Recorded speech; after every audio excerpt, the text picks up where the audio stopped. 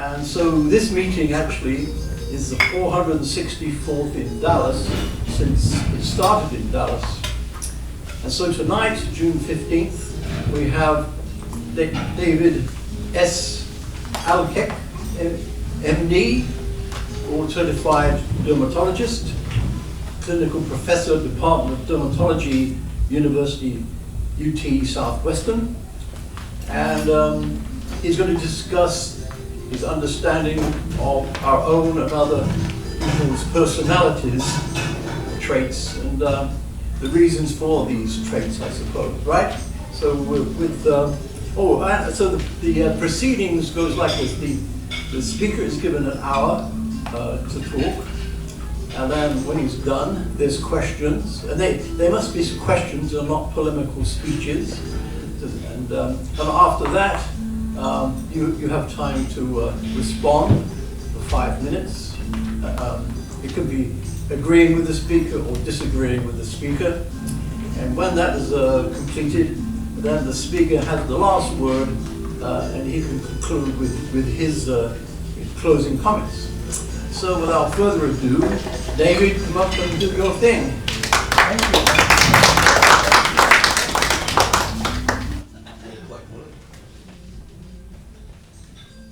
Thank you for having me. Tom Berry has been at me for ages to come and give a talk here. And several of my friends have given talks here. Rob Olson and David Drum and Ken. So here I am finally.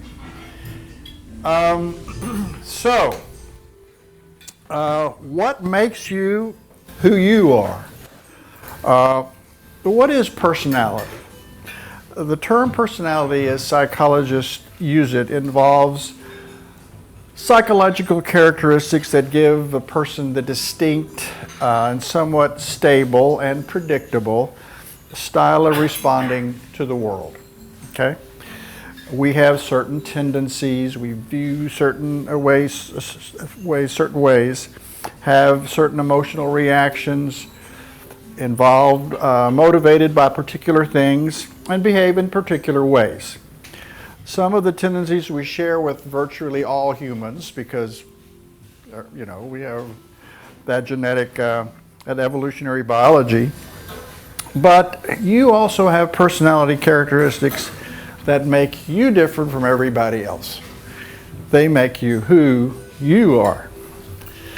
So, all your thoughts, emotions, and behaviors are influenced by two things. Your internal psychological traits, that is your personality, what you inherit, and external stimuli that you are in. Okay, your culture, your society, etc., your family. You carry the traits and beliefs, etc., of your society and your culture. But how you act depends also on the particular situation that you're in and the social context then. Studies have shown that the proportion of variability in behavior is about equal for situational versus personality influence. That is environment, genetics, okay? And of course it depends on the strength of the situation, of the particular situation. Personality can be characterized by 5 personality traits, according to this author. These are the main ones for understanding a person's personality and behavior. A person's trait implies that the person will show a degree of consistency across different situations, okay? Of course, everybody or a person doesn't react the same way all the time, okay? So depends on the situation. When psychologists talk about traits, the trait is a continuum, okay, from strong to weak, or usually from high on a low scale. They don't talk about personality types because true personality types almost never exist. Okay, the 5 major personality traits are, can you hear me? Not real well. Really? I think we need a little more volume on the microphone. Okay. Don't worry about that. That- No, don't touch the remote. Okay. Okay, I won't touch the remote, no. So I can up these You again. just need a little more volume on the main there. Right, okay, Let's give it a try. okay. Hello, See you 1, later. 2, 3. That's Is that better? more volume already, yeah. Okay. So these are the 5 major personality traits. Extroversion, neuroticism, agreeableness, conscientiousness, and openness. Sometimes another is added, honesty, humility. The most important trait is extroversion. Okay. Notice I didn't say introversion because the psychologists like to talk about this on a scale of high extroversion to low extroversion. Low extroversion would be what you would call introversion, but they don't like that terminology. So the central characteristic here is sociability. Okay, the higher the score, the more they enjoy interacting with people. People higher in extroversion are more assertive, dominant, energetic, and active. They like to stay busier. They also experience more positive emotions and are more sensitive to rewards and having rewarding experiences. They tend to behave in ways that promote their own happiness. The second most important trait is neuroticism, or better yet called emotional stability. You probably know people like this. Its main feature is the degree to which people experience negative emotions. Some people just experience negative emotions like anxiety, sadness, anger, guilt, regret more than other people.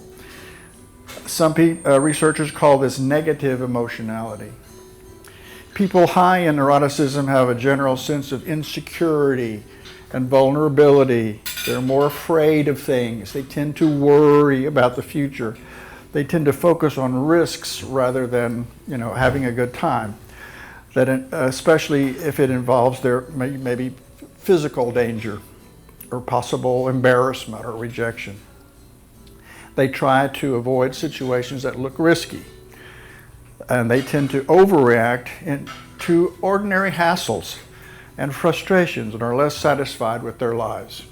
And you probably know people like this. They're kind of hard to live with. People high in neuroticism need more emotional support and tend to be needy. They tend to have more difficult and lower satisfaction in marriage, of course, and close relationships. It's hard to live with a partner who is high in negative emotionality. These people also experience more health problems. Why? Because their increased stress, is going to increase their blood pressure, etc. Negative emotions also compromise your immune system. So they're more likely to get infections and cancer. It also has a strong genetic component. Some people have brains that respond more strongly to negative threats and events. Okay, they tend to be frightful. Even children, you've seen babies that way. Children who have parents who are anxious or angry and don't have effective coping strategies learn to be neurotic to some extent. Parents who are neglectful, rejecting, or abusive cause their children to be fearful and vulnerable. Okay, the third trait we're going to talk about is agreeableness, which measures if a person has a positive or negative orientation toward other people. Okay? At the low end, these people aren't very nice. They're often unpleasant, antagonistic, hostile, maybe inconsiderate, critical, callous. They're just not likable people. At the high end, these people are pleasant, kind, sympathetic. They're helpful. They tend to have more positive and optimistic view of human nature.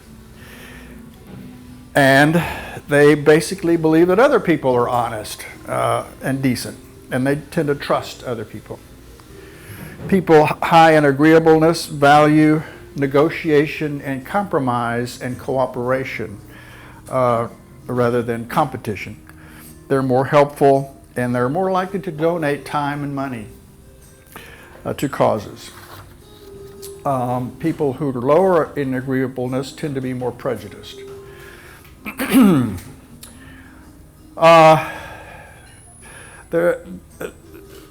People that are more agreeable or more empathetic, likely to see the world as other people do and through other people's eyes. They're regarded as nice and liked in popular, and they're popular in social groups. They also bring out better behavior in others, okay? And they create a better kind of social environment because just by their presence. The fourth trait is conscientiousness, which is the degree that people are responsible and dependable. Conscientiousness is whether a person does what he should and whether he tries to do it well. And you can usually bank on him that he will. Conscientious people are more organized, industrious, persistent. They work harder, they take more effort to get things done and done right. They make themselves do what needs to be done and resist the urge to do something else, such as have fun. So they tend to have more impulse control and have a higher level of self-discipline. So anybody who goes to graduate school, becomes a doctor, lawyer, engineer, scientist, something like that, you can bet that they're going to be very high in conscientiousness. It does have its payoffs. Conscientious people are healthier and live longer, less likely to smoke, take drugs, drink alcohol, become obese. They also have more success at school and work and professional lives, and in close relationships, and are less likely to divorce. They hold up their end of a relationship and are less likely to be selfish or cheat or damage relationships. They organize their lives and they set goals and they pursue those goals, and they're more likely to realize them. Okay, the fifth trait is openness. That is, openness to experience new things. It can be seen as a receptivity to the sense of being open to new ideas and experiences. They are more intellectually curious and imaginative, less dogmatic, hold beliefs less strongly, and are open to considering new ideas and thinking about things in different ways and what other people might think. They enjoy new things. Open people are more flexible in their behavior and thinking, less concerned in doing things a certain way just because it's always been done that way. They're less open, have somewhat less traditional and conventional lives, and they tend to be kind of free thinkers. Openness seems to be beneficial in people's relationship because it shows a willingness to consider others' points of view, that theirs may be wrong. They can change their mind. They have fewer conflicts and are less prejudiced. Open people get along with others and tend to like them, resulting in more satisfying relationships. Now, that's 5. Some people include a 6th trait in their measures, generally referred to as honesty, humility. What is that? People high in this trait are consistently honest, generous, fair, faithful, and humble, and they keep their commitments. People low are deceitful, manipulative, greedy, sly, arrogant. The humility part comes in because selfish people think that they're better and entitled to get what they want, so they're not very humble. It's difficult to be honest, generous, and fair if you arrogantly think you're better than everybody else. So that's where the humble part comes in. Okay, so I've given you the 5 basic traits, okay? Now, what are some of the motives that underlie behavior? Why do you act the way you do? These are internal drives that direct your behavior toward or away from specific goals. Three main ones. The motive to interact with other people, called affiliation motivation. The motive to achieve and be successful, or achievement motivation. And the motivation to influence and exert power over other people, or power motivation. Now these are different than traits. These are things that motivate your behavior. Affiliation motivation is the desire for a person to interact with others. They not only enjoy social interactions, but become unhappy when they don't have enough of it. In general, people high in affiliation spend more time interacting and communicating. They tend to visit more often with their friends, call them, email them, write letters, etc. And they want people to interact with them and form connections also. Because they value social interactions, they're more agreeable, more willing to go along with what other people want to do. These people prefer to work with other people than work alone. And however, in the extreme though, high affiliation may be associated with a kind of a social insecurity. They tend to be a lot of needy and clingy and I need you more type thing. It's on the extreme. Okay, achievement motivation is a motive to be competent and perform at a high level in school, athletics, in your work, etc. They see the world in terms of achievement, getting the goal, okay? People high in this motivation are more energetic in their work and in practicing some skill. Doctors, they're hard workers and stay working at it longer, and they're more focused. People on the low end tend to work just hard enough to get by. They don't want to fail, but they aren't particularly motivated to do very well either. People that are motivated to achieve are more successful and do better in school and jobs and contribute to success. Power motivation is the degree to which people are motivated to influence and control other people. Now, you don't think of this merely as dominance, okay? This concerns how much a person likes to influence or control people in groups. Let's say they like to join a lot of clubs and organizations and tend to be maybe the president of the organization. Gives them the opportunity to influence others.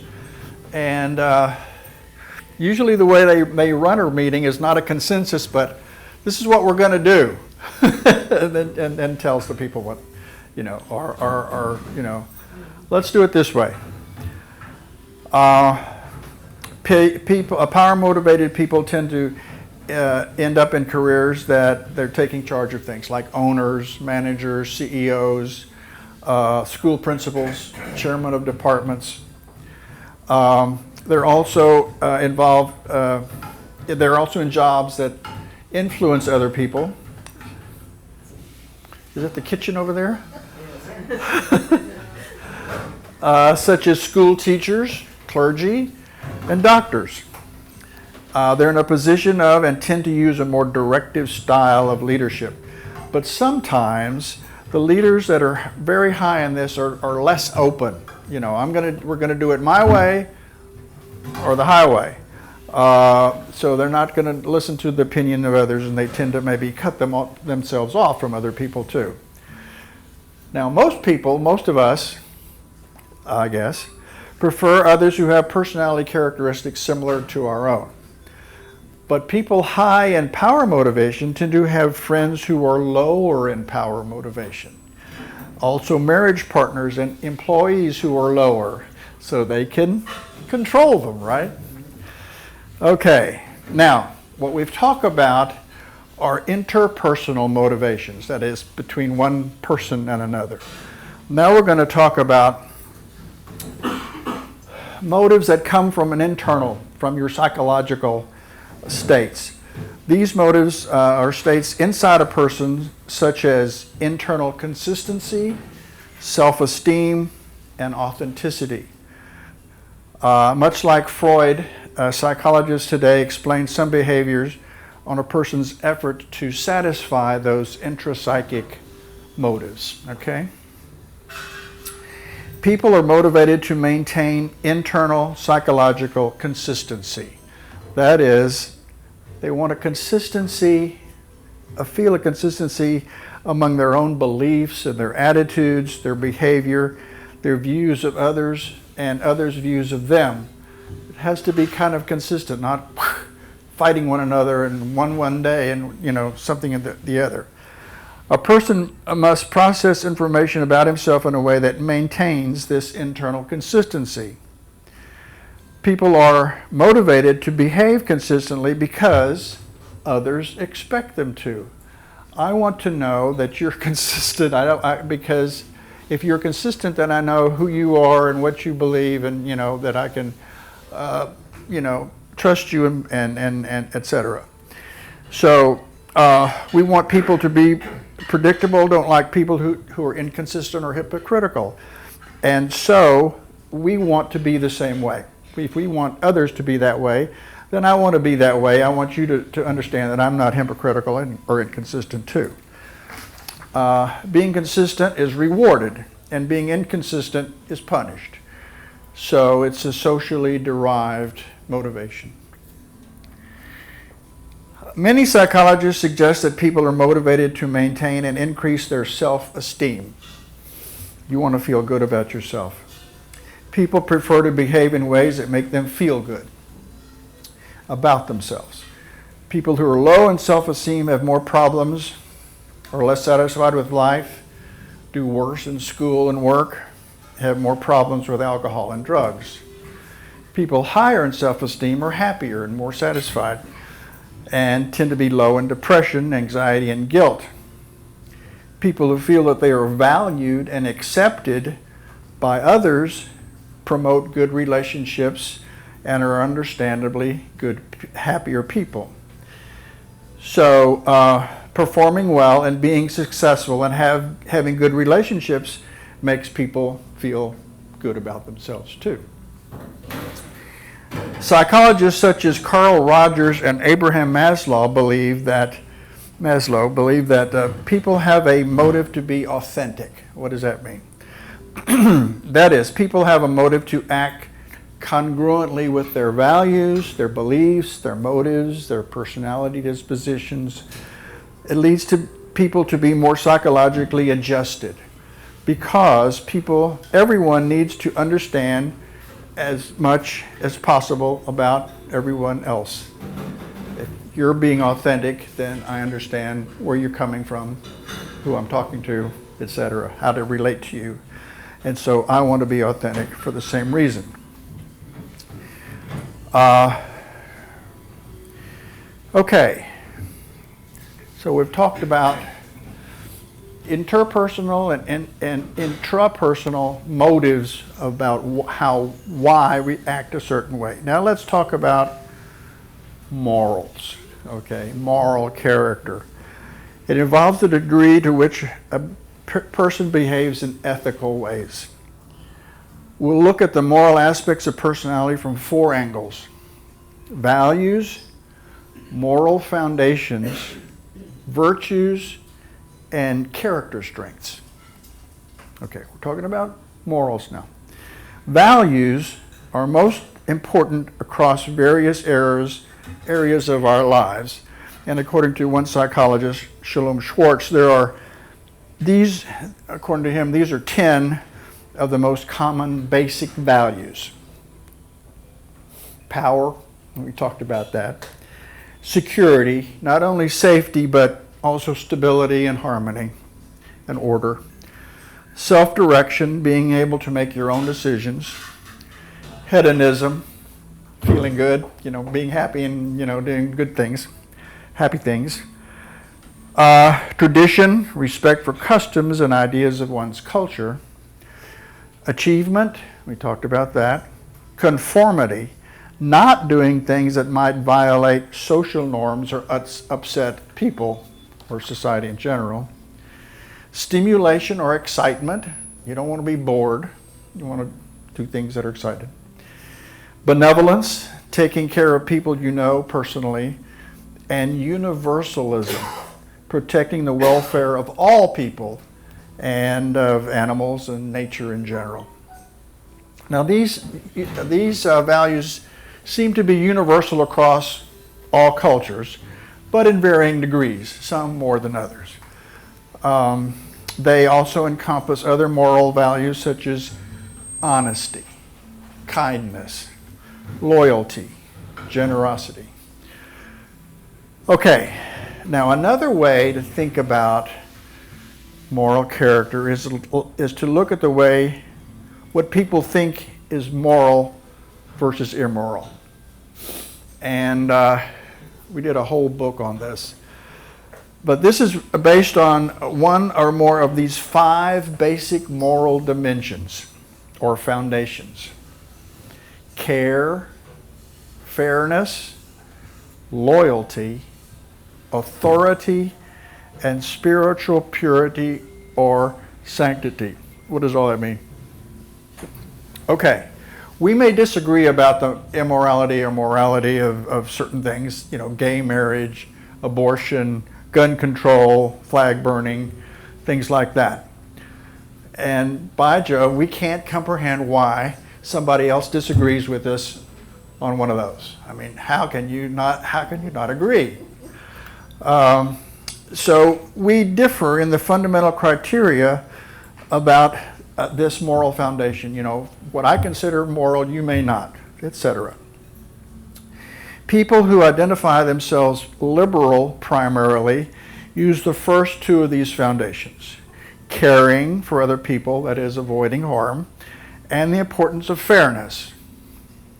Conservatives tend to use all 5 foundations, including loyalty, patriotism, loyalty to your society, respect for authority and tradition, and physical and spiritual purity, sex, etc. Okay? So you can see how a conservative may judge something that's morally wrong that a person from the left or the liberal may not even think it's more immoral at all.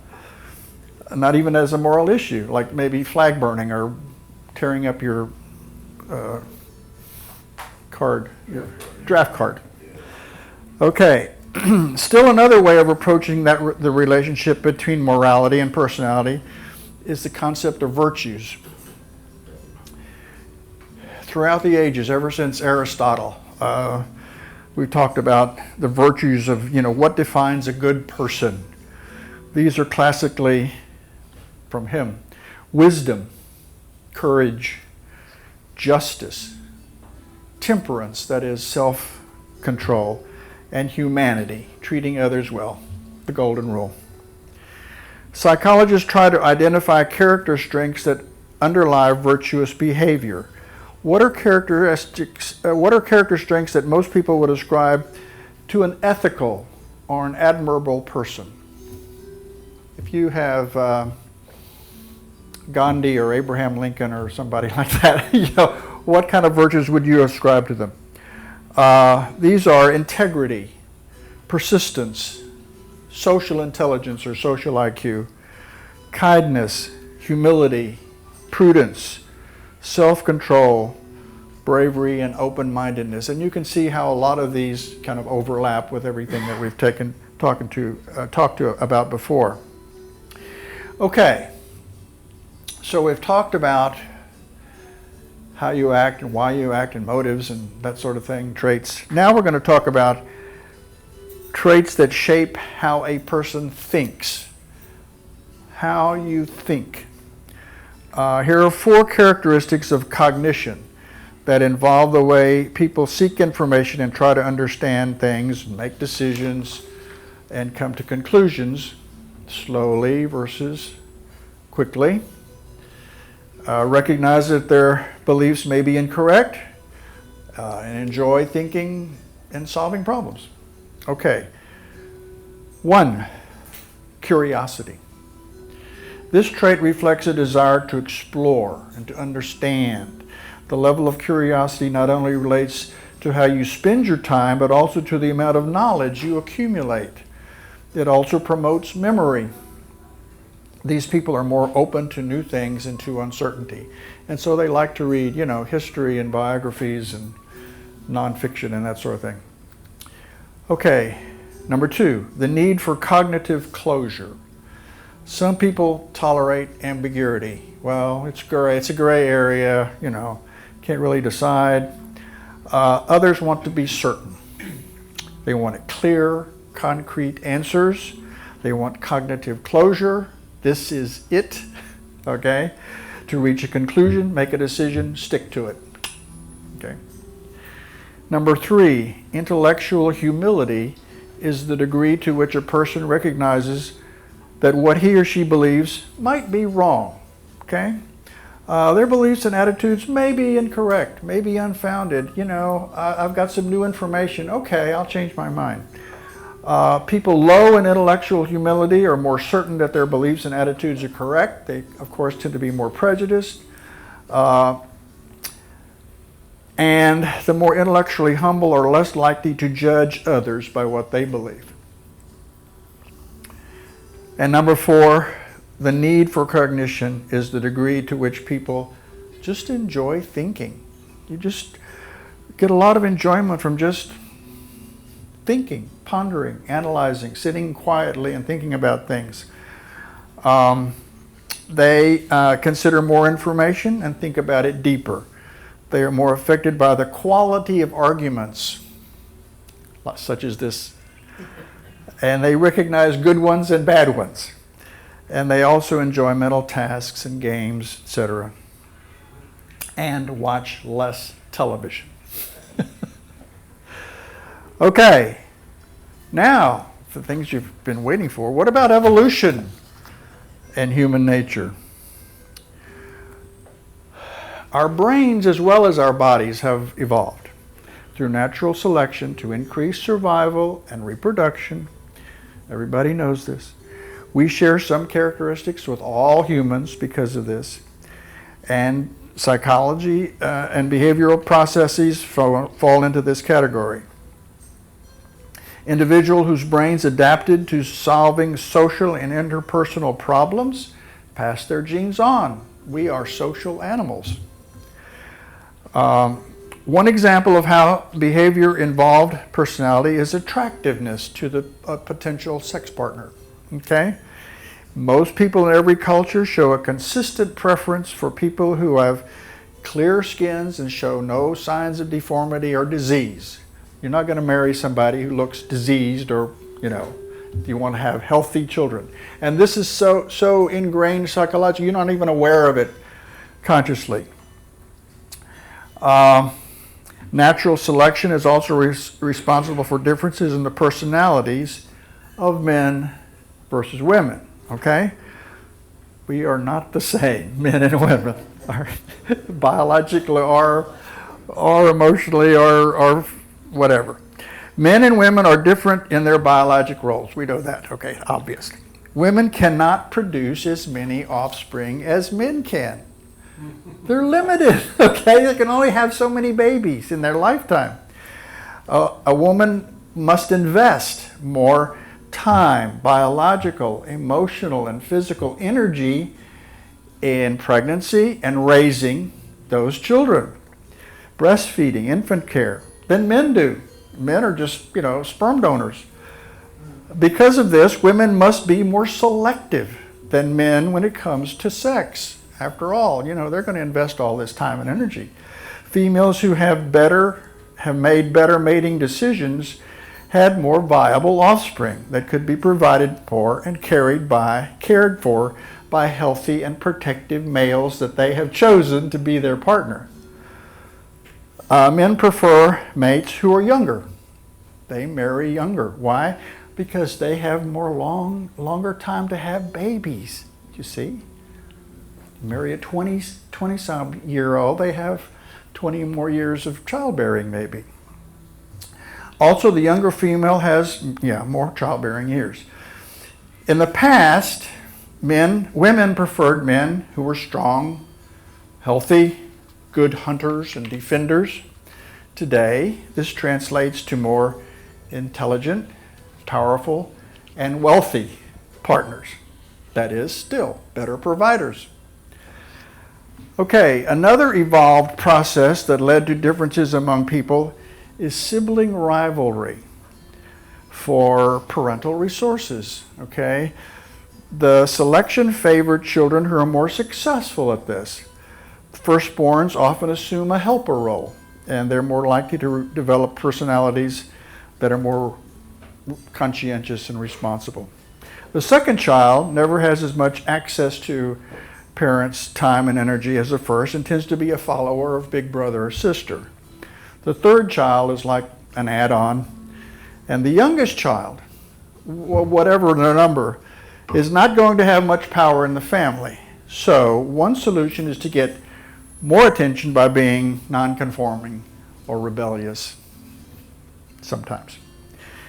Okay, what other genetic influences? Genetic influences on personality have found that between 40 and 60% of those 5 basic personality traits that I talked about are due to genetic factors.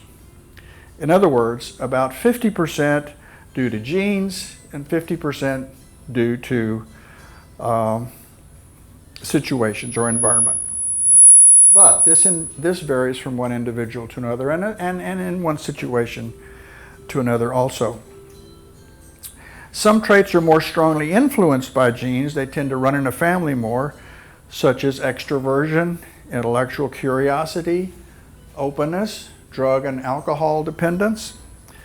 You know families that these tend to run in. Many inherited traits reveal themselves soon after birth. Some babies are more active. They're happier. They get along. They sleep well. Others are maybe quiet, fearful, easily cry and easily upset. Most of these differences that we see in personality in babies are inherited. They're genetic. So, what about genes, attitudes in the brain? A person doesn't actually inherit a trait or an attitude or a behavior. What he or she inherits is a nervous system that tends to respond in certain ways to external and internal stimuli. Okay? It's organic.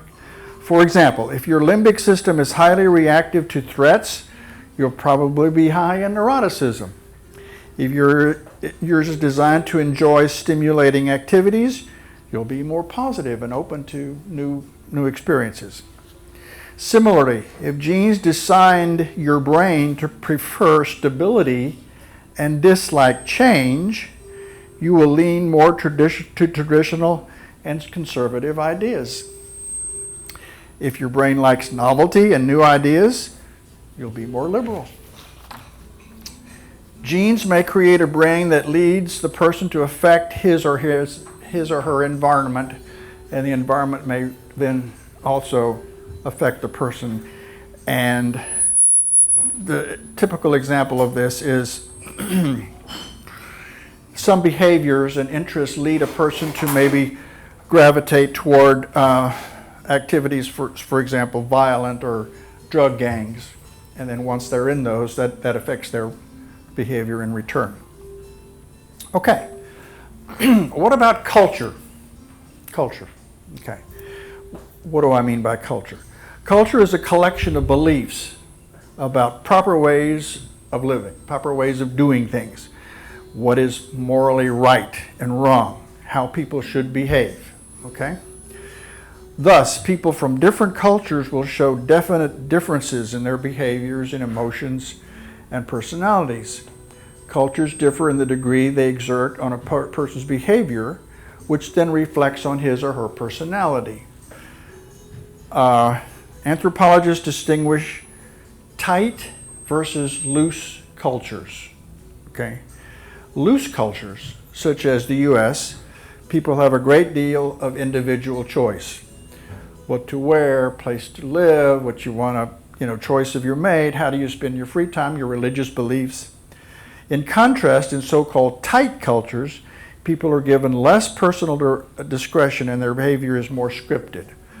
Tight cultures are common in homogeneous societies where everybody shares the same basic ethnic and religious and cultural values.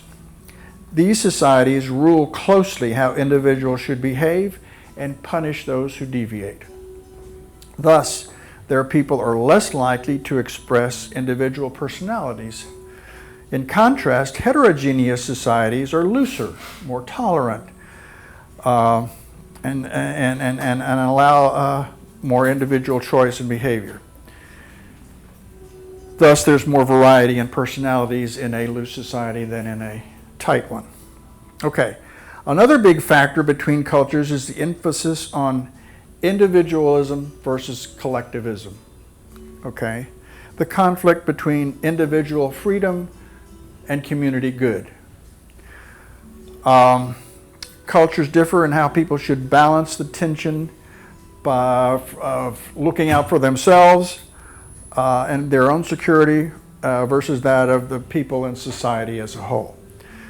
Individualist cultures are based on the premise that each person's life belongs to that person, so that people have a right to select their own beliefs and values and live pretty much as they please. Collectivist cultures are based on the belief that a person's life belongs to the group or the society, and so that people have to sacrifice their personal goals for the interests of the benefit of the group.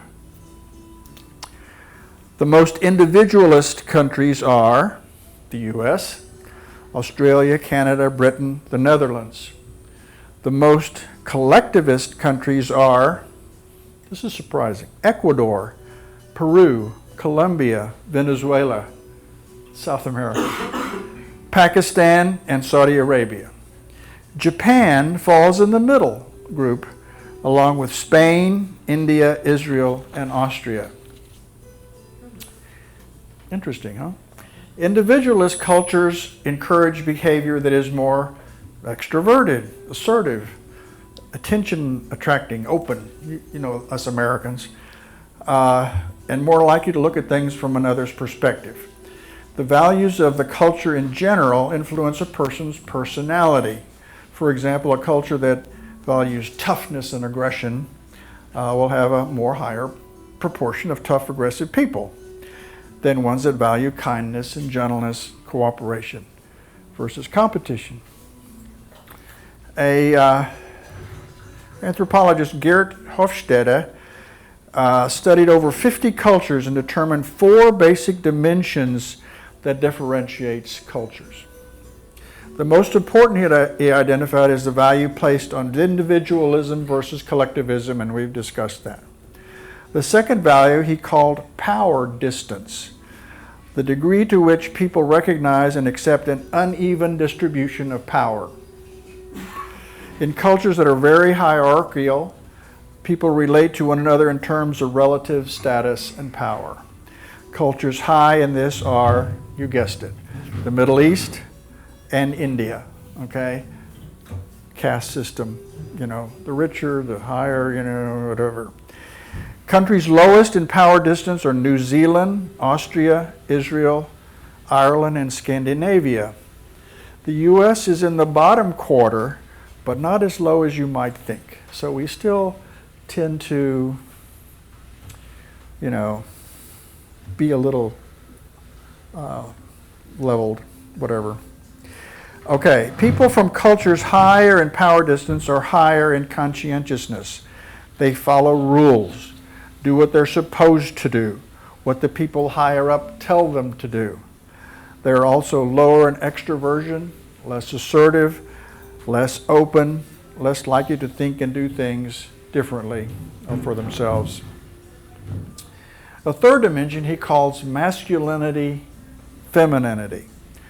At the masculine end of this scale are cultures that emphasize ambition, achievement, success, competition, acquiring wealth and power. At the feminine end are cultures that emphasize caring, cooperation, nurture, valuing the quality of life. Most industrialized societies, like the U.S., lean toward this achievement side, as does Japan. Countries that emphasize the more supportive role are Scandinavian countries, Costa Rica, and Portugal. His fourth dimension is uncertainty avoidance, which measures how comfortable the members of a culture feel in unstructured and ambiguous situations. Cultures high in uncertainty avoidance don't like anything novel or surprising or different. They have stricter laws and specify how things should be done and how people must behave. And they emphasize safety and security and don't like innovation. Cultures low in this dimension are more tolerant of different beliefs, opinions, and religions, and try to have as few rules as possible to allow people to live as they wish. Countries high in uncertainty avoidance are Latin countries, Japan, and Germany. It is lower in Scandinavia, English-speaking countries, China, and Singapore. Interesting. Okay, we're almost through. What is authenticity, or being yourself? Ever since Aristotle, almost 2,500 years ago, many thinkers have stressed this notion about being yourself, being authentic, that their behavior should reflect their inner beliefs, their values, their motives. What does this mean? Most people think that being authentic means behaving the same way all the time. No. In fact, if you behaved the same way all the time in every situation, you would be crazy. You'd be something wrong with you.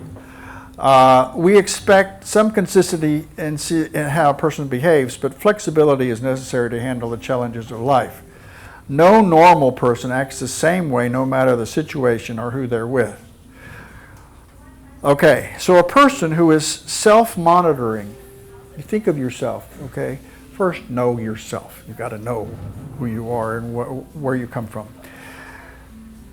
Who is self-monitoring can change his or her behavior to meet situational demands. They try to behave appropriately and show more behavioral variability, I'm getting tired, across situations. People can act differently in different situations and still be congruent with their beliefs and their values, etc. Without understanding ourselves, we can't judge whether we're being authentic in a particular situation or not. Most behavior is goal-oriented, okay? We want something. We do something because we want to do something. This may be conscious or not conscious.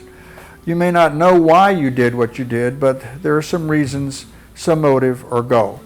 So when we do things that we don't want or think we shouldn't, that behavior is not inauthentic. It's just simply motivated by different goals that are not compatible with other goals. So why do we place such value on authenticity and urge people to live congruently with their true selves? Well, I kind of went over this a little bit before. To make the right choices in life, it helps you to know who you are and what your motives are, and that you'll make decisions congruent with your own internal psychological characteristics.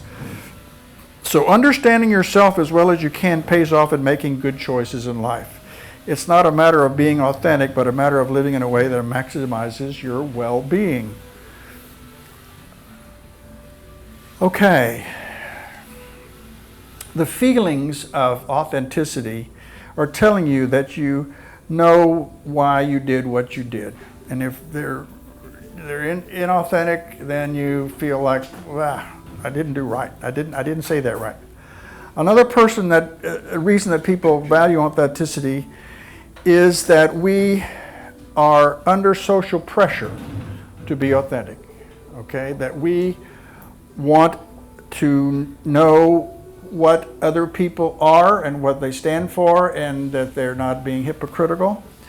And in successful social interactions require that we understand other people. We want to know how they're like and what motivates them, and therefore the same goes for us. This is necessary for survival at the basic level. Misperceiving what other people are like leads to problems. Feelings of inauthenticity caution us when we do something that might lead others to view us as fake or dishonest. Okay, so to summarize, aren't you happy we're at the end? What is the well-adjusted personality? 5 key items. Most obvious one is lack of psychopathology. For a person who has a serious mental problem, they're not going to function well, they're not going to be happy. Personality disorder, serious mental disease, bipolar disorder, PTSD, depression, they're going to compromise a person's well-being. The second signal for psychological adjustment is the ability to get along with other people and maintain some close, supportive, high-quality relationships. Healthy, well-adjusted people generally get along with others. They're higher in agreeableness and lower in neuroticism. Remember those two. The third ingredient is the ability to pursue and achieve goals for themselves. 2 characteristics are essential for achieving one's goals. One is people have an internal locus of control. That is, I'm responsible for my own success and not because of some other outside power or influence. And 2, people with high self-efficiency believe that they're able to accomplish what they want to. The fourth requirement is to be able to cope with problems that will inevitably give rise in life. The word resilient goes here, okay? It's used for people who handle problems well and bounce back quickly after problems. Okay, the fifth and final thing for well-adjustment is a high subjective feeling of well-being. The general sense that life is doing reasonably well. So the well-adjusted personality type is resilient,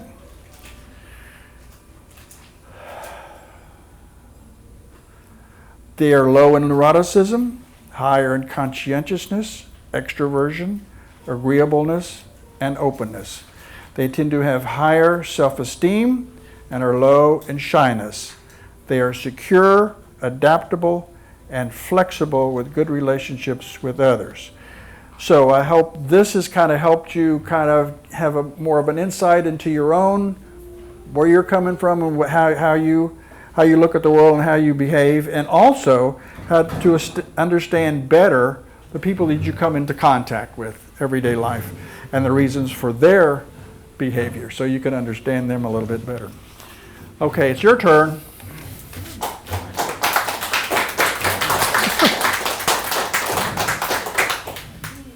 Okay, now it's time to ask questions, and while you're asking questions, I'm going to come around and collect some money, hopefully from.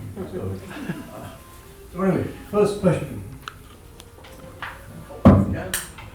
Would you pass it on to the next one?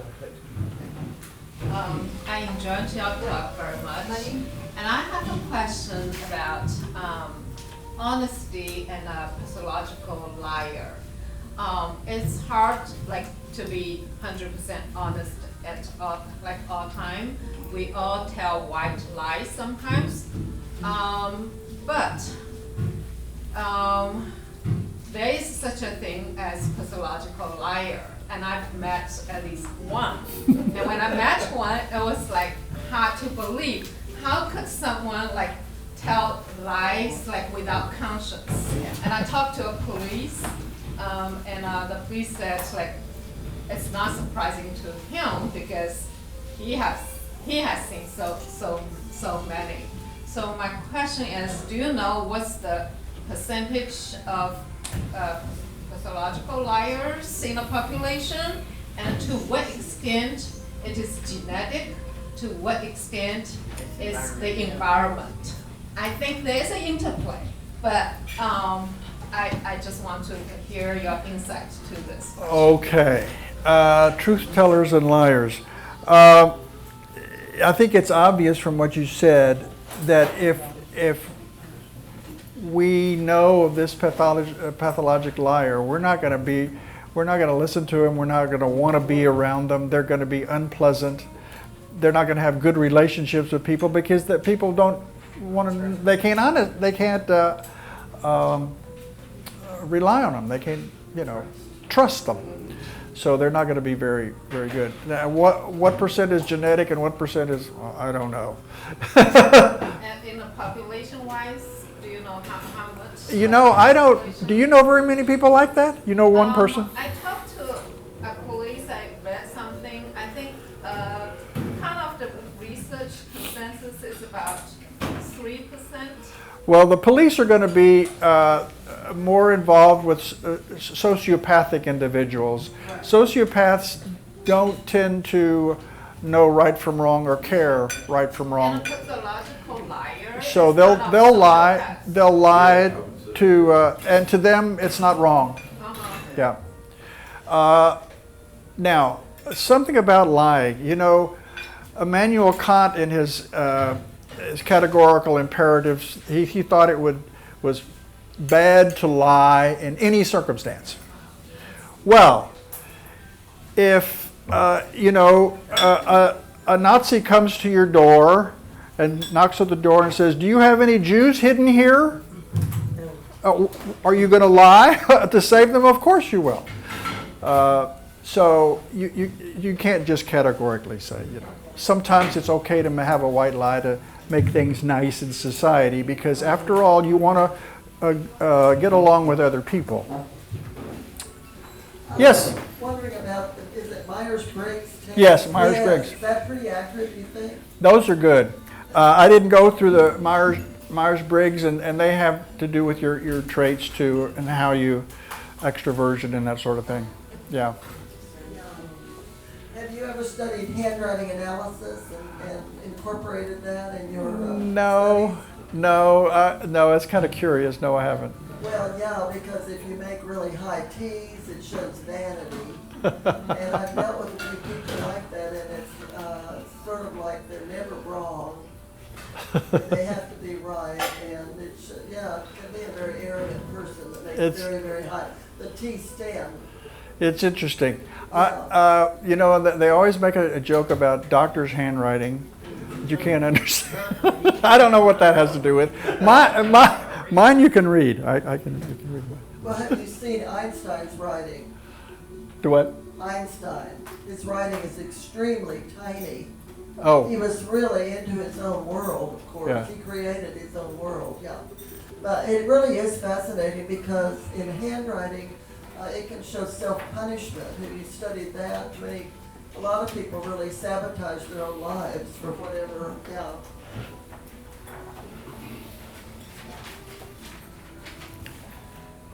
You mentioned Maslow, so I'm going to ask you to talk a little more about Maslow's hierarchy of needs. Hierarchy of values. I didn't go into that, but he's a psychologist who had a hierarchy of values.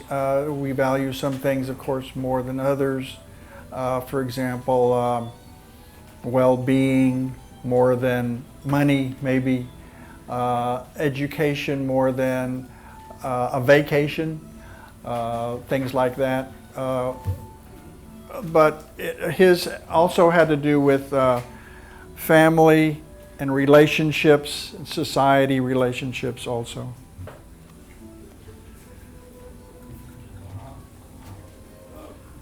Thank you. I enjoyed your comments. Thank you. I have a question. The question is this: is President Trump a habitual liar? Wow. I know this is not supposed to be a political forum. Oh yeah. And you better not. It is. I better not say anything about it. But President Trump does show tendency for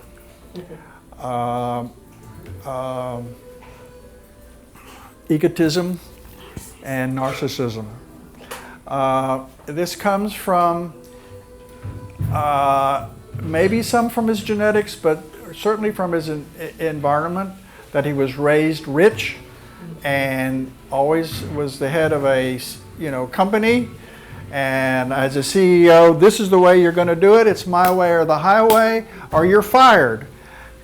A politician doesn't work that way. A politician has to work with other people, okay? So he's not a politician. He is a CEO. But that didn't tell me whether he tells the truth. We're trying to stay away. No, I'm not going to get into that. Okay, now I have a question for your response here on what you appear to be charting out here, sketching for us, is this standard model of psychology in which a person needs to be adjusted to society. But what about when the society is bonkers? Is what?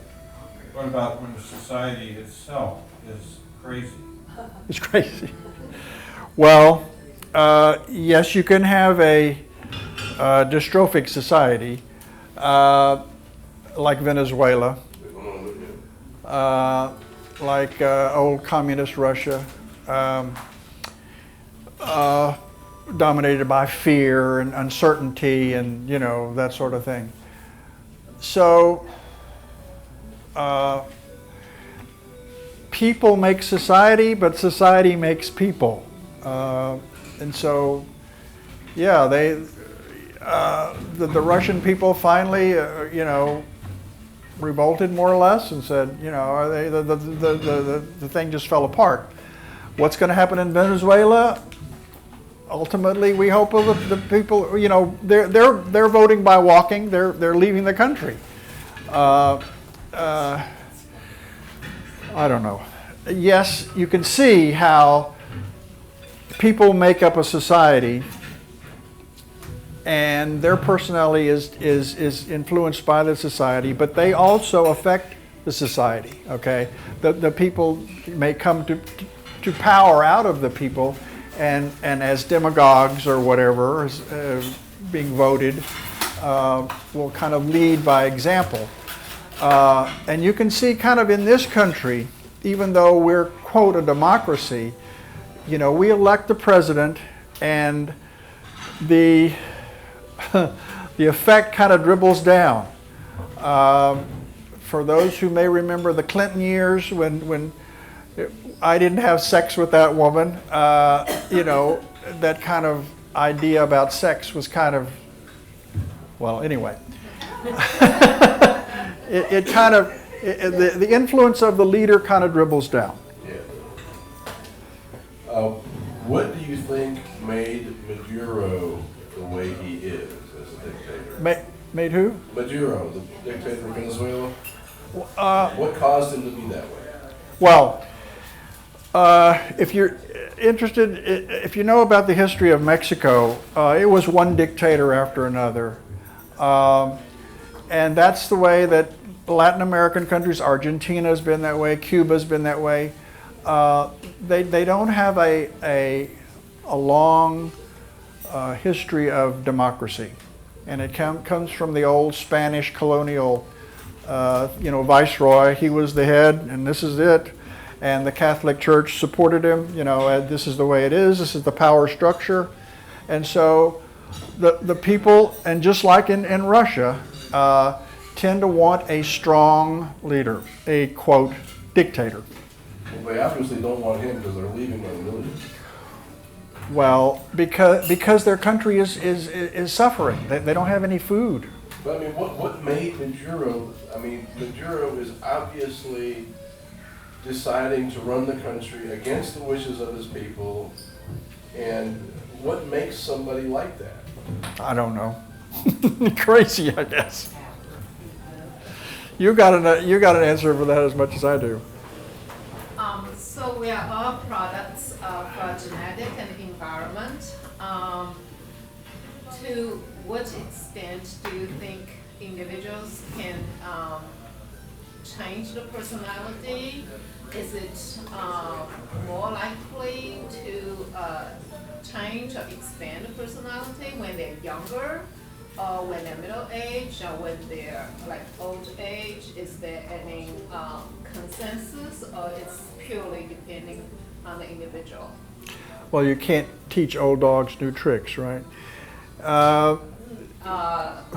When we So you think we're doomed when we are old and we cannot change? Why we're here? we're less likely to change our opinions as we get older, certainly.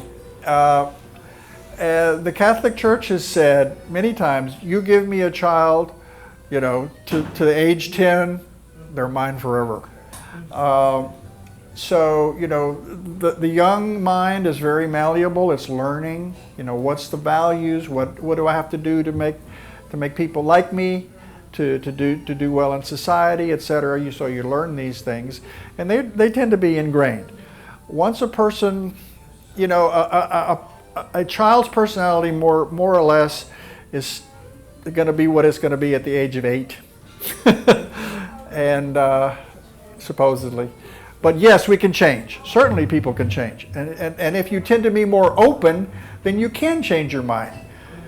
Damn it, I voted Republican, but now I'm changing my mind.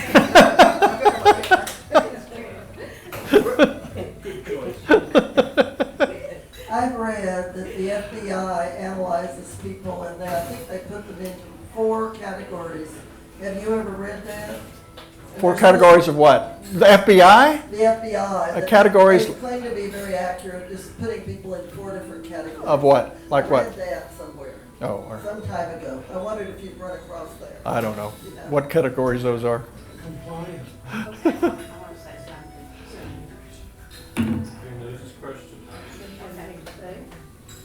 The question I have is 2 things that really made an impression on me. And asked Marilyn highest IQ, said how you can divide IQs very quickly. Average people will tell you what happened. Climb a little higher, and the higher intellect will tell you how it happened. But the superior will tell you why it happened. So intelligence many times has a lot to do with many of the traits of morality, extroversion, asking, curiosity. And then another thing I read that explains pretty much the whole world to me is poverty breeds inhumanity, so does great wealth. That could answer his question of the leaders that get in. Wealth always seems to come with them, with their dictatorship, and they forget the underperson, and then here our wars begin. That's true, and Aristotle, 2,500 years ago, spoke about that he said the very poor tend to want to take things they want to take. They want to steal and take things, and to give them. The very rich are doing the same thing. They're stealing from the poor. It's the middle class, the golden mean. The very strength is a middle class, not too rich, not too poor. And unfortunately, a lot of our American middle class is kind of, going too rich and too poor, and that's not good. That's not healthy for our society. Well, I would like to question you on some of the assumptions that you delivered to us, and I have to explain. I am a scientific and a medical anarchist. Okay. I don't follow the standard model. For instance, there are people who believe that for random selection to have occurred, that you don't have enough of a population for enough thousands of years for the kind of result that we see in humans or even in some other species. What is your response? What's the question? You're speaking of the theory of evolution. Okay. Okay, you delivered it to us as a stated fact, Yeah. and I'm questioning that. That there was not evolution? I am questioning that there was evolution, yes. Evolution in the natural He's selection. basically saying the evolution has occurred much too quickly. Oh, More quickly okay. than you would expect.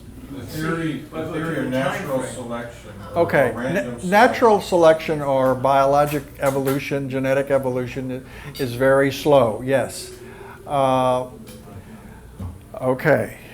So It has been. How many people did we have in the world 12,000 years ago? 12,000 years ago? How many millions? 12,000 years ago, about, let's see, probably about 1 million. More than that. Okay, that's proving my point. I'm saying there are people who say there has not been a large enough population or enough time for natural selection. Oh, you're random right. selection to take Oh, place. I agree there, yes. Biologically, yeah, you're right. I mean, we're just about like what our ancestors were 100,000 years ago. What's evolved is social evolution. We've become larger and larger societies. And how does that relate to DNA? Okay, that doesn't affect DNA, but we're getting into the era now of genetic manipulation. We're already doing that. We're manipulating out bad genes, and it won't be very long that we'll be manipulating in good genes. And I'm going to be giving a talk about that some of that aspect. So we're going to have designer babies, you know, not too distant future, maybe not in our lifetime, but it's certainly coming. Who defines? And therefore, and that way, that's going to take evolution out of natural selection, out of natural biological evolution. It's going to be managed evolution. Do we have any more questions?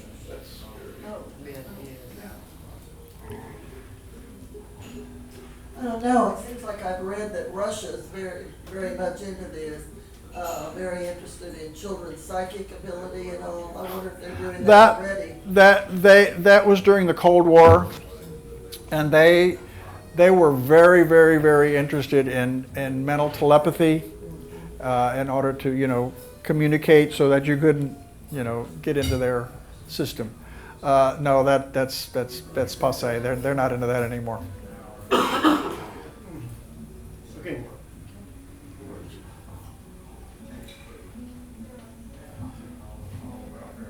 How do you, so what do you think of the social media and the growth of groupthink and controlthink?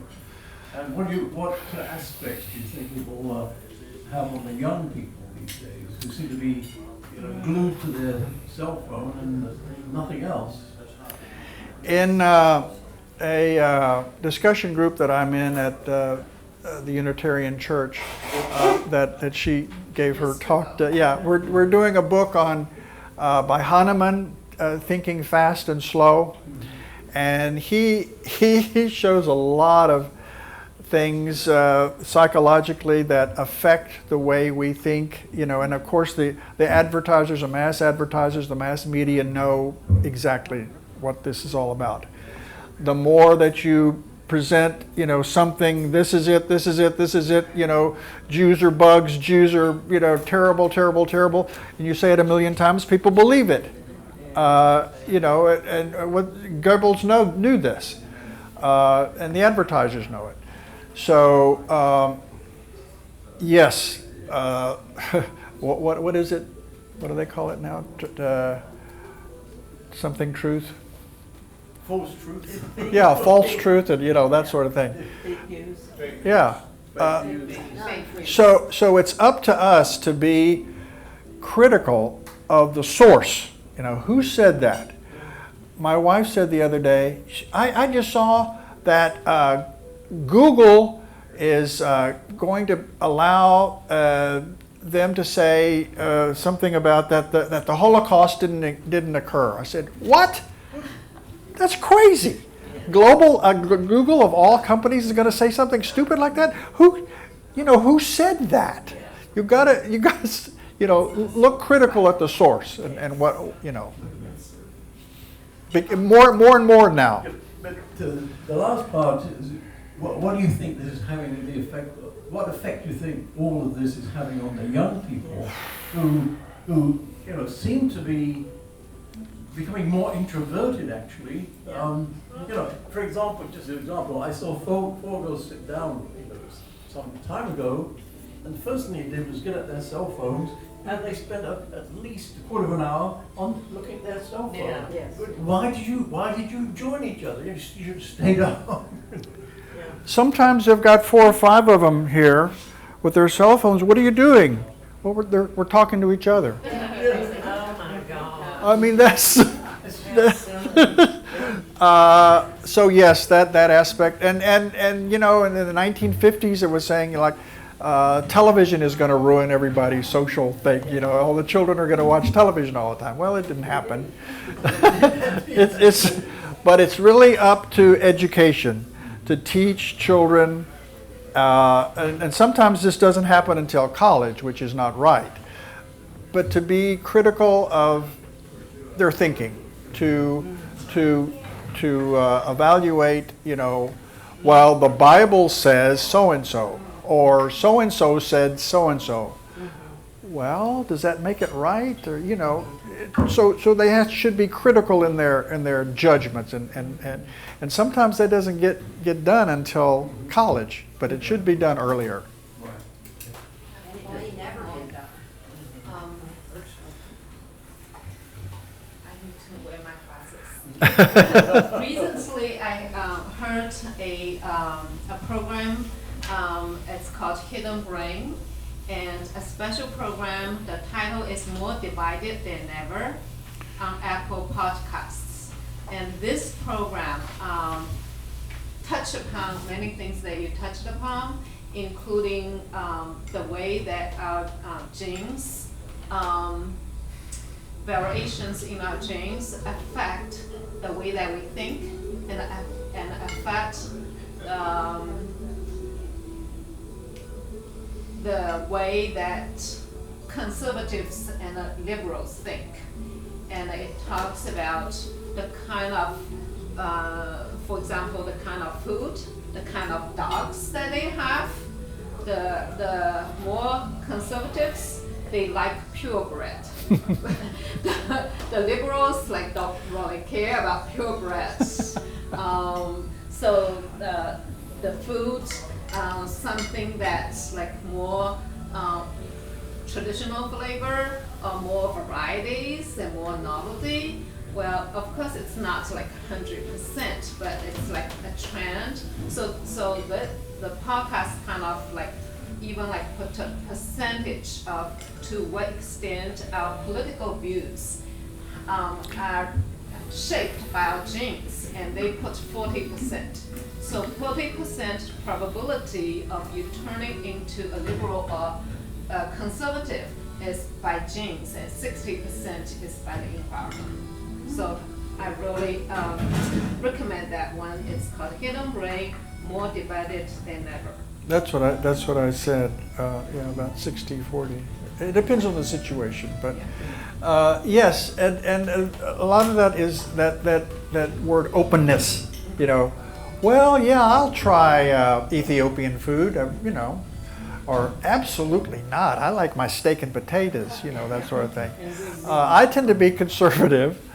And I don't like sushi. I don't like the idea of raw fish. But my son took me out for, I don't know, it was a birthday or something. And I enjoyed it. It was all right. I tried it. It was all right. So you become more liberal. So yes. So I tend to be conservative fiscally, that is with money, but liberal socially. Okay. So I tend to be open though.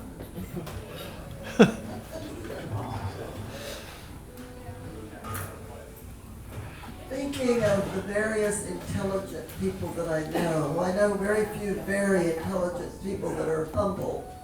That are humble? Yes, is it not true that the very more intelligent people are more arrogant? No, not necessarily. Well, I don't think Einstein You just- was. I don't know. Just look at me. I'm very, very humble. You're such a lovely exception, of course. But I know of several people that are arrogant, that are extremely intelligent, so I was just wondering what the percentage. Well, you know, you point to people like Einstein and Isaac Newton and I don't know, really intelligent people like that had very bad family lives. Very bad family lives. Einstein had a terrible family life. Yeah, that's true. Oh, Yeah. Well, I don't know about the because they're so into themselves, you know. But not all scientists, not all intellectuals are that way. That's true. Well, speaking of wonderful people in the world, who do you admire? Okay, I did a thing on lives that you envy and lives that you admire. Okay? Okay. I admire Mahatma Gandhi, Abraham Lincoln,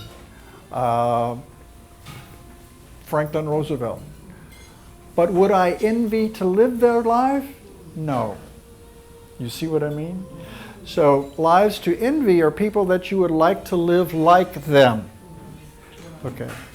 And be that, and the two are different. The two are very different. Well, which women then do you admire? You mentioned men. None. That's terrible. Come on, let's leave. What did you want me to say? You put him on the spot. Yeah. Wise talking. He can't even How think about of Mother Teresa? On the, Mother Teresa. Okay. Mother Teresa is an admirable person. Would I envy living her life? No. No, admire her. I admire her. Absolutely. on the theme of exploration, I was in Las Vegas at one of the casinos, and they had international bar there, and they had the Mexican food right next to the Japanese sushi bar. And I went and I got chips, and I got a big scoop of guacamole, and then I learned the word wasabi. You thought it was guacamole? That's funny. Anything else? Well, any more questions? I would like to make one comment. Go ahead. That is a comment about women. Go ahead. Comment is Not question. If your- you have your researched the comment is in the DNA. comments. Wait. All right, if you research DNA, as you told me, you Hold it have, closer to your a mouth. man can only get his intelligence from the ovum, the X chromosome. No, that's not true. No, that's not true. No. Tell me why. No, intelligence is multifactorial, multi-genes. It's not just one gene. Okay. Even eye color is not just one gene. Right. Well, that's all the research that I have read and read. You're reading too much women's stuff. No, it's men's stuff. No, but it's men that are writing this material. It's not women. I'm just being facetious. I'm just being facetious. But intelligence is a multifactorial process. It's not just one gene. I agree. It's Okay. how you solve your problems that are your issues in life, is your intelligence, whether it be a math, scientific, whatever. Intelligence is how you solve your problems. But period. Well, you've just got to do some surgery. Do you know how to tell a boy chromosome from a girl chromosome? You pull down their genes.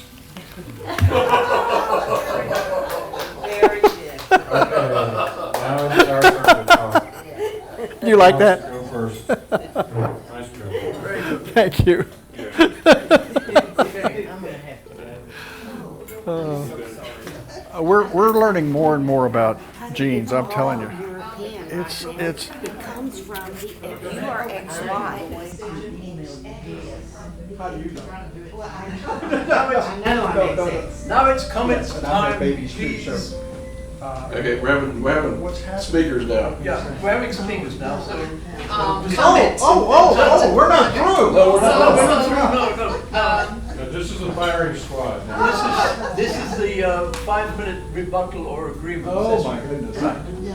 Well, my background is in anthropology, so I like to say a few words about culture. There are at least 4 characteristics of culture. One is culture is a learned behavior versus nature is more like by instinct, right? So culture is something that we learned.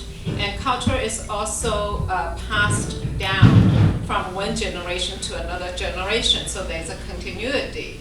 And culture is shared across a broad spectrum.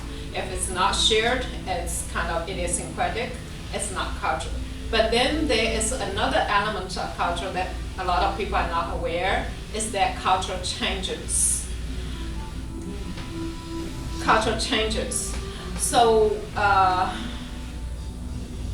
it's important in the sense that if we talk about like American culture or Japanese culture or Chinese culture, as if it's like constant and they don't change.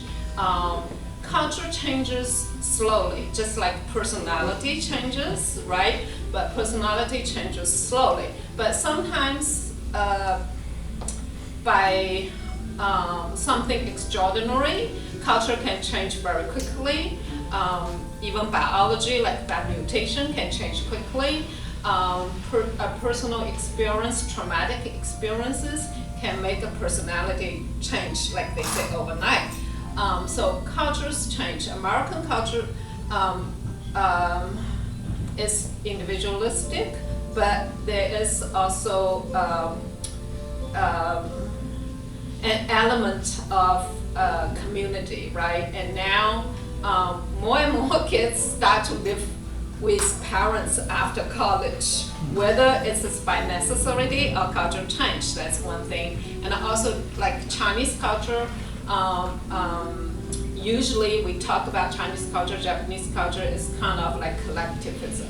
But now, like with one-child policy, even now China is not one-child policy, now can have 2 children, 3 children, but with the development of economy, and that's the irony, the higher the economic development, the less likely people want to have children.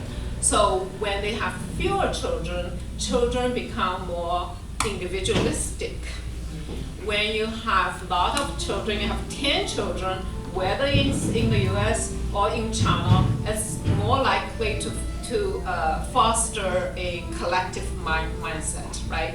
But when you have only 1 child, and they say like 4 parents have 1 child, and the child is raised like an emperor or princess, they become very individualistic. So we always have to keep in mind that culture changes. Culture changes slowly, but culture changes. And we talk about personality, when we talk about culture, it has to be in a particular cultural context, particularly historical context.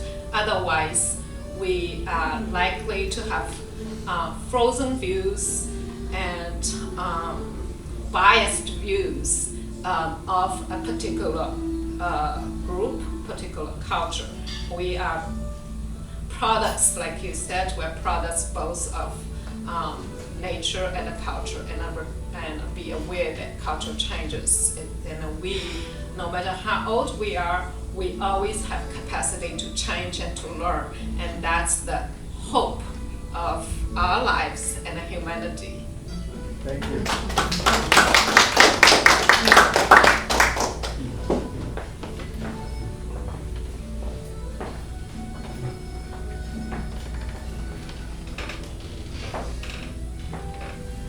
I would like to thank you for the remarks you made. I enjoyed it.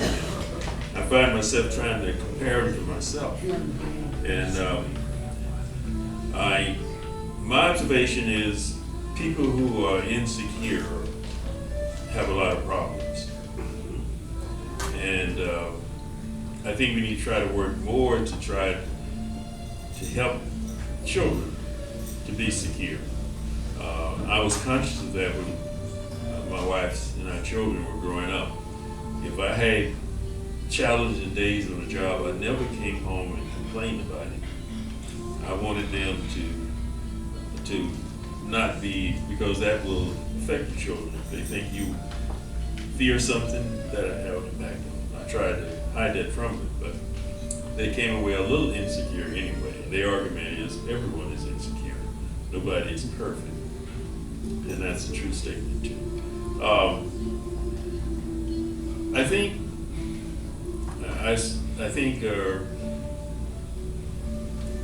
the information you covered is helpful. Probably need a lot of research before we come in. One of the things is you're talking about what we're about to do to change people, like cloning. Maybe I'm too religious. I don't think we're going to be able to be God. I don't think there are going to be efforts. They're already doing it with animals and probably secretly doing it. But there have been a group that have tried to pay money for sperm cells and from very, very high IQ people. But the end result, the outcome of that doesn't show any major difference from what it is when you just let it happen, without trying to influence it. I don't know, that's my concern about that, but you may be right. But I don't think we're going to be able to do what I think God did. Yeah, amen. And so that's the only issue I have with what you said, because I work for insecure people, and it's terrible. Insecure people are in, I don't want to get in politics either, but our president is insecure. Very insecure, wealthy, but very insecure. So money doesn't necessarily bring happiness. And I think the other point you made about what we're doing to the middle class is detrimental to the nation. Because people in the middle class, they aren't too far right or too far left. To me, they're more practical. They're more practical. And that's what has made democracy work, which is not a perfect thing so far in the United States. But when we get to where we have just rich people and poor people, we're in trouble. And we're moving in that direction. I hope we can take some steps to try to do differently. Because someone was saying today that there's so many positions in the technical field available right now in the United States. We don't have people in those positions. And I wonder, does the educators know about that? I work for a junior college to keep from going crazy. But they are doing a lot of work. I don't know all what they're doing, but it seemed like we would have plenty of people wanting to do that, want to go and learn those trades, take a year or 2 years at the most to do most of those jobs. We bring people in to do it. So I don't know why don't we want to do something to try to educate our own people for these jobs as opposed to just letting them go vacant. That's pretty much what I see here. You got to be secure. You got to know who you are. You got to love yourself. If you don't love yourself, you can't love nobody else. And so those are things I've learned in my life, but it's getting near the end. Pretty old. Thank you. I can learn new stuff.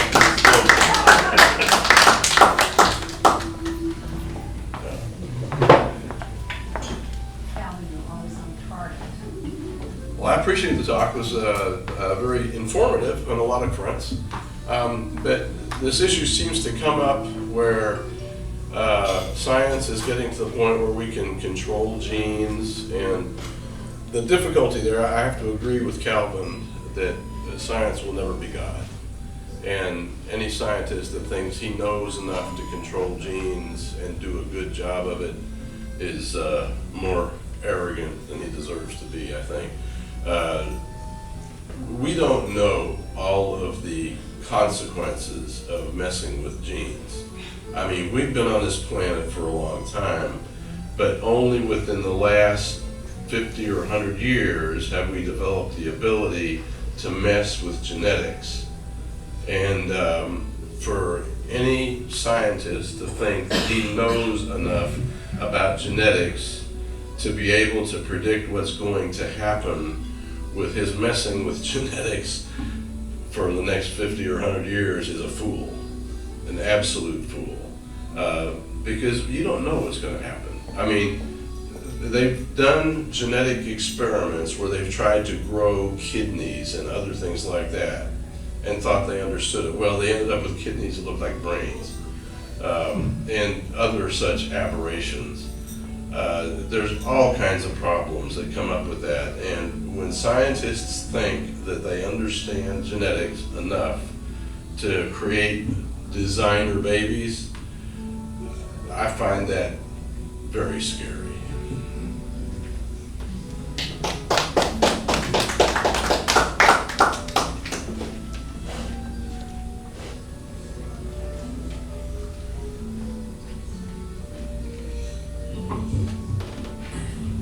Well, now that the speaker is looking outside of conservatism, I would urge him to be a little more explorative outside of the scientific method as well, and look at some of the other evidence of things out there.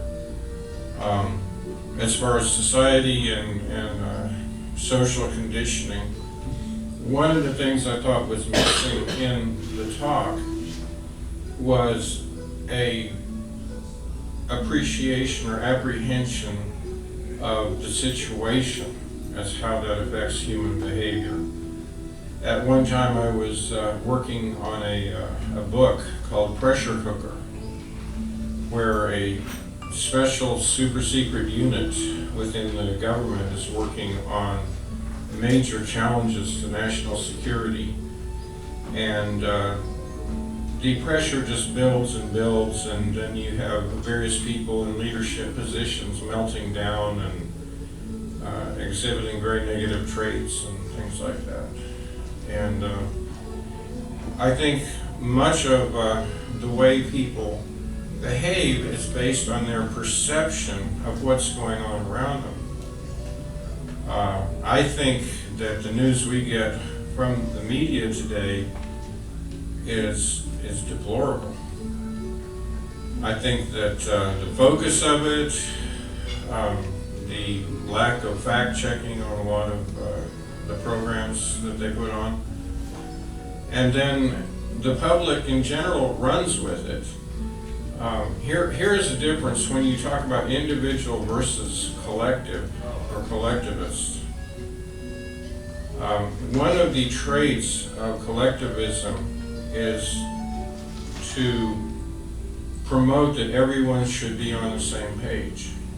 Everyone should be reading from the same hymn sheet. They should all be entraining to the same narrative, like a school of fish or something. This is not really in accordance with human nature. It's unnatural, and many times it's based on a sense of a need to belong. And what is the basis of a need to belong? Basically, it's insecurity, and at some root level, it's fear. And to promote that collectivism even promotes the general welfare or the general good, I think, is somewhat of a misnomer, because whenever you see collectivist experiments attempted historically, they tend to go very wrong, and with devastating results over time. It may not be obvious at once. I actually entertained good feelings and hopefulness for Hugo Chavez, and was hoping that he would be a benevolent, what I would call a benevolent dictator, like Muammar Gaddafi turned into at the end of his life. Unfortunately, we took him out. But Chavez he just followed the script. He started nationalizing everything, and then he started attacking his enemies, anyone who wouldn't go along, or anyone who had a different story.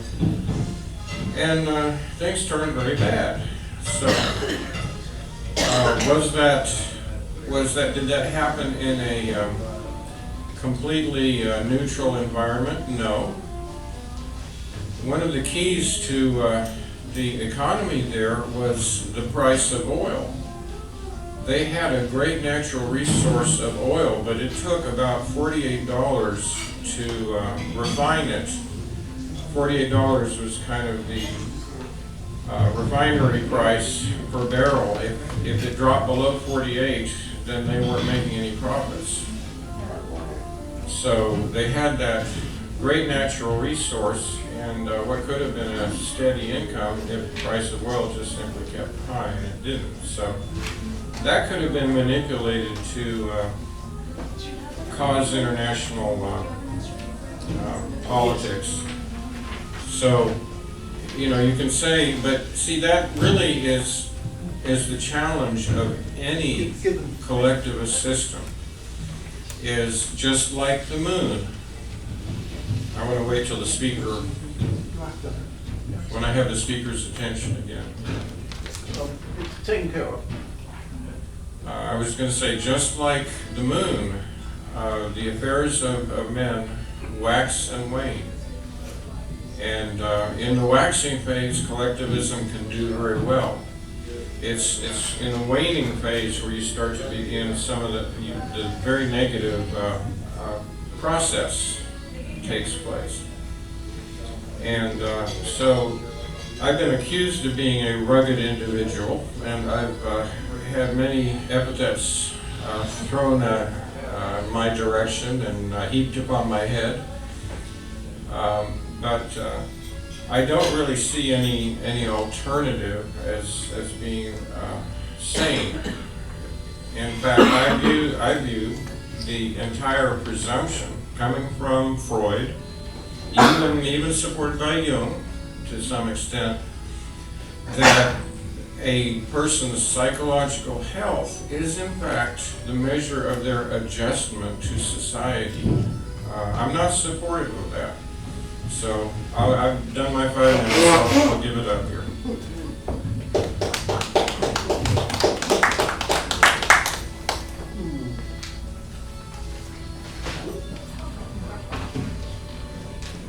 Well, actually, to comment on what John just said, I'll just say that my life experiences are sort of totally different, actually. You know, I think human beings actually like to get together in a social manner, actually. I think the evidence is strong in that direction. You know, when I was, as people know, I worked at Xerox for a long time, and so I built up a team, actually, that was mechanical, electrical, software, and so on. It took a long time, but it functioned like a well-worked. We were a team, and it was a collective team. You know, nobody was more important than anybody else, and we just put out product after product. So I think people enjoy working together. Now there are disruptive individuals in teams, actually, and oftentimes you just have to get rid of them because they will disrupt and destroy the collective effort. And so in my working life, I've experienced the fact and of course, when it comes these days, maybe sort of 100 years ago, you could have an individual scientist doing individual things. But these days, science is so complex, it can only be done by a team effort. For example, CERN, you know, the atom smashing collider in Switzerland and France, almost all the science and what's been achieved is a collective team effort. There's no, you know, individual work is no more, actually. And of course, the big early effects of my life was the creation of the welfare state in England, which was a social effort. And it worked, actually. And of course, what we've seen lately is the right wing destroying every particle of it to tremendously deleterious effects, actually. austerity when it wasn't needed, and so on. I won't go into that, but that's how I see it. The other thing I will note in terms of culture, I've lived through a tremendous change in culture, actually, especially recently in America, that I never would have believed had happened. When I was young, divorce was almost unheard of. In fact, in my family, my uncle got divorced before the war. It was such a disgrace that my grandmother had to move, actually, several miles away, actually, because it was such a disgrace. Well, of course, that's no more. Homosexuality was illegal. In fact, Alan Turing was basically put to death over that because he confessed he was a homosexual, and the fact that he basically saved England counted for nothing when a flat-foot policeman decided to jail him and hound him. And in fact, he committed suicide over it after a chemical castration. And so, yes, there are evil things going on, went on, basically over religion and weird perceptions of things. But now, of course, what surprises to me the most is the fact that we now have gay marriage. There seems to be a very quick revolution in thinking about that. It's been amazing to me that it happened so fast, especially in ultra-conservative America. It's just been, I've had a really huge shock over that. I never would have predicted it, but it's happened. And of course we'll see a pushback, I'm sure, just as with abortion rights and gun control and all the rest of it. No, I think my general observation is that in families I've seen children grow up with the same mother, same father, same culture, turn out totally differently. I mean, it's amazing. So obviously genes play a huge role in that. But overlaying that, I think, is culture, where there are generally accepted norms. But I think individuality will come to the surface and win out, amazingly, and people believe what they want to believe, do what they want to do, and defy all social norms. And that's the way people are. They do crazy things and get crazy results.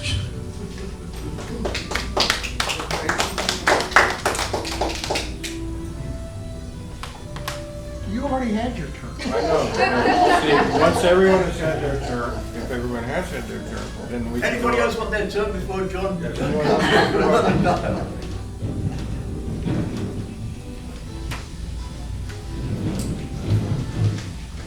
Well, I guess a lot of it has to do with perception, John, because I've worked with teams as well.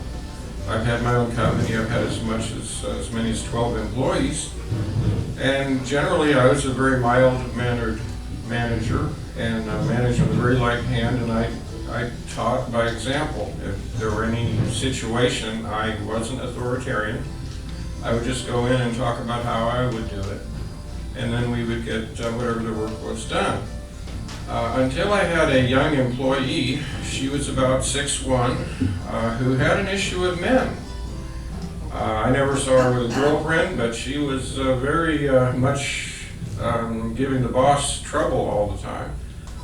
And this is not really very intelligent. The guy's writing your paycheck and you're on his case all the time. And then she started challenging me to a fight and started talking about what a wimp I was. And this went on for a couple of months, and I was definitely losing status among the other employees. They were beginning to get a little critical. So one fine day, I just said, okay, clear the desks, clear the chairs, coffee tables, get them all out of the way. We're going to go to it. And in about 3.5 seconds, I had her in the rug on the floor, basically tapping out. And that immediately restored respect to the structure there. All of a sudden, I was the mild-mannered dominant male, and I wasn't getting any trouble anymore, and the office was, operating smoothly. Nobody really got hurt. She might have, she might have even been bruised. Maybe I might have had a little trouble with her wrist, or I don't know. But she was going at me with a nice big swing, and I just caught it, twisted, had her on the floor, a little jujitsu there. But unless you really demonstrate authority, unless you demonstrate hierarchy, sometimes it just doesn't work otherwise. So, I mean, That's what I said. There are some disruptive people. There are some disruptive people. And she was a very good employee after that. So, but all this talk about society, social, and personality, I'm going to throw another thing in the punch bowl here. You can decide what it is. I know my friends from the East Indian culture, when the child is born, during the first few years, they're watching carefully to see who that child was before that life and what culture they came from before that life and how much that affects them. And one particular family I know, which is a military family, in fact, the man in question was a tank commander in the Indian Army, and was so senior in the Indian Army that if he had not retired, he actually would have been the top general. But he retired before somebody died, and seniority would have moved him up. But when he was young, he started talking to his parents using the diminutive tone as if he were their superior. And this has to do with figures of speech and how it's done and everything. And so finally they asked him who he was, and he said, well, I was your grandfather. And they said, well, where did you bury the treasure? I mean, we had, you died and then all the money went missing. Where did you put it? And he said, well, it's right, it's over there. You can just dig in there, and they found it. So you can decide how that all works. But there are a lot of examples of that. And maybe more than I will even disclose to you about. Well, today you didn't give her enough attention. That's why you did it. They what? I didn't hear that, Calvin. He says you didn't give the lady enough attention. The lady enough attention. She got plenty of attention. There was just about 3.5 seconds of attention there. That she got quite a lot of attention. Well, she changed, didn't she? She changed, yes she did.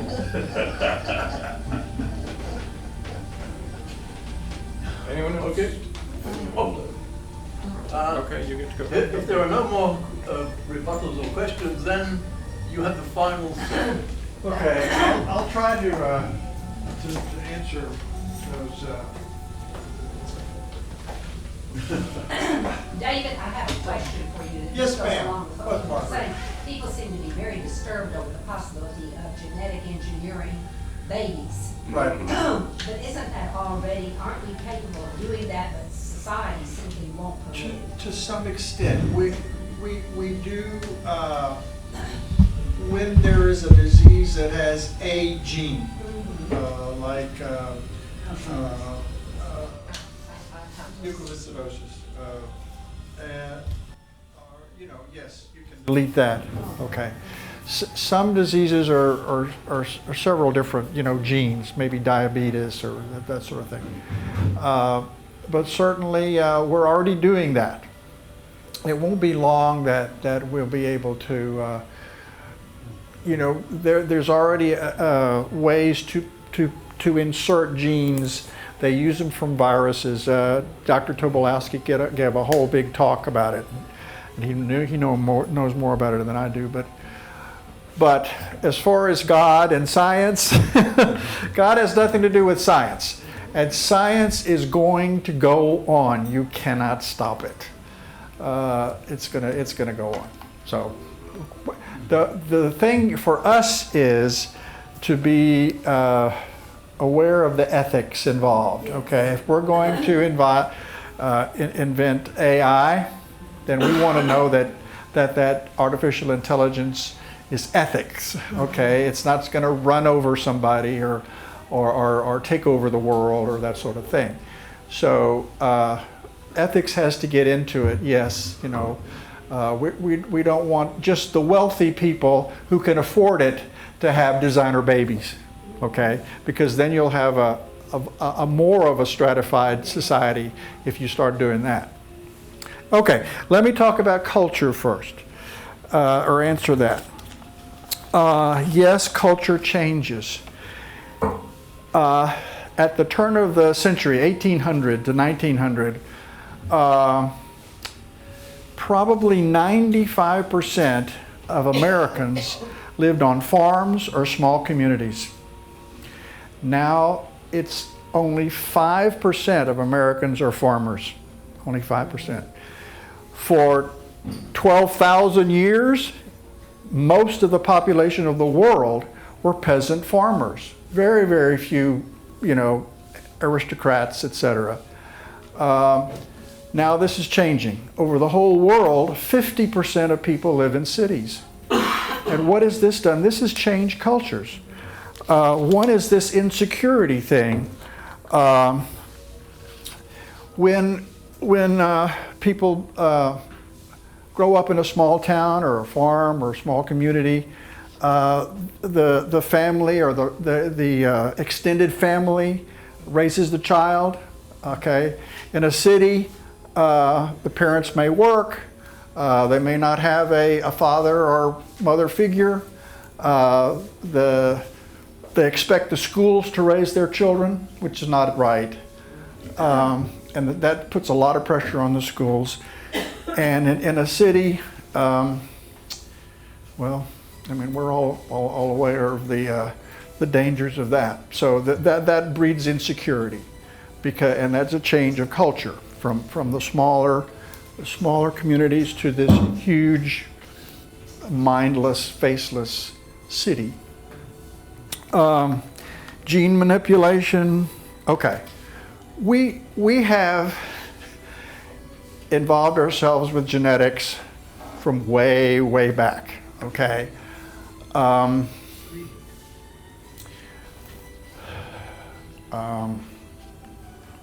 What's his? Gosh, I'm blocking right now. Who's the evolutionary guy? Darwin. When Darwin came back, and they didn't know about genes. He didn't know exactly, about genes and those, but they did know that farmers knew that you could breed cattle, sheep, etc. In fact, he knew a pigeon breeder, and the pigeon breeder said, "You give me 5 generations, and I can make any trait you want to in a pigeon in 5 generations." So they knew about it. Okay, every dog came from the wolf. Every little Chihuahua, Great Dane, and they're all the same species. They're interbreedable. Okay, we made those. Every type of rose. Do you know what a primitive rose looks like? It's a tiny little thing. So every rose that you know of every color, we've made. Every corn, primitive corn and primitive wheat were tiny little things. We've made them. Okay, so we've manipulated genes for as long as there have been farmers and etc. Okay, but you got to be careful about it. I agree. Belonging to society and following rules. We are social animals. Okay, in fact, the worst kind of punishment is solitary isolation. That's the worst, okay? And what happens when a person's in solitary, they start to hallucinate. They hallucinate other people, talk to other people, okay? So we belong to society. And like it or not, you follow rules. You're not going to take all your clothes off and jump on all the table and do bad things. You're going to follow rules because you live in this society. And we expect you to, and you expect others to behave, to be truthful, not to murder, and that sort of thing. That's why culture comes in. Okay. And that's from the very beginning, okay? When we were very, primitive cave hunters, etc., hunters and gatherers, we developed morals because we lived in a group. Let's say we have this group here. We're all related, okay? And we set rules. Look, you're not going to have sex with my wife, okay? Or I'll beat you. You're going to be truthful. If I ask you a question, you're not going to lie to me, or else you're kicked out of the group. Okay, so morals and doing what's right and wrong were actually first before religion started.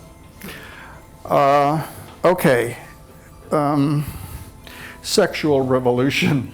The sexual revolution started, and all of y'all are probably old enough, when birth control pills started, okay? Birth control pills just kind of made everybody, whoo-hoo, I can do whatever that I want to, and I'm not going to have, necessarily have a baby. It just changed everything. And of course, living in a big city again is this anonymity, okay? When you live in a small town, I grew up in Victoria, Texas, a population of 26,000 when I was in school. Everybody knew what everybody else did. I mean, if somebody had an affair with somebody's wife, you knew about it. Everybody knew about it. so you tend not to. Okay. And so yes, cultures change, and because I think the biggest culture change is because of overpopulation, and industrialization, and the growth of cities. Geographic, like mobility. Yes. Mobility Yes. Promotes a lot of cultural changes. Yes. Like when you have a smaller community, it's more likely to be more collective. That's right. And the higher the mobility, the more likely to be kind of individualistic. And our societies have becoming more and more mobile. When before the invention of the railroad, and you had to use a horse, 20 miles was a whole day's journey. So very, very few people went beyond their small village. They never went out into the world. Okay, that's it. Thank you very much. Thank you. Well, thank you for that. Thank you. For all of us, I'll say thank you very much. Very, very interesting. Thank you.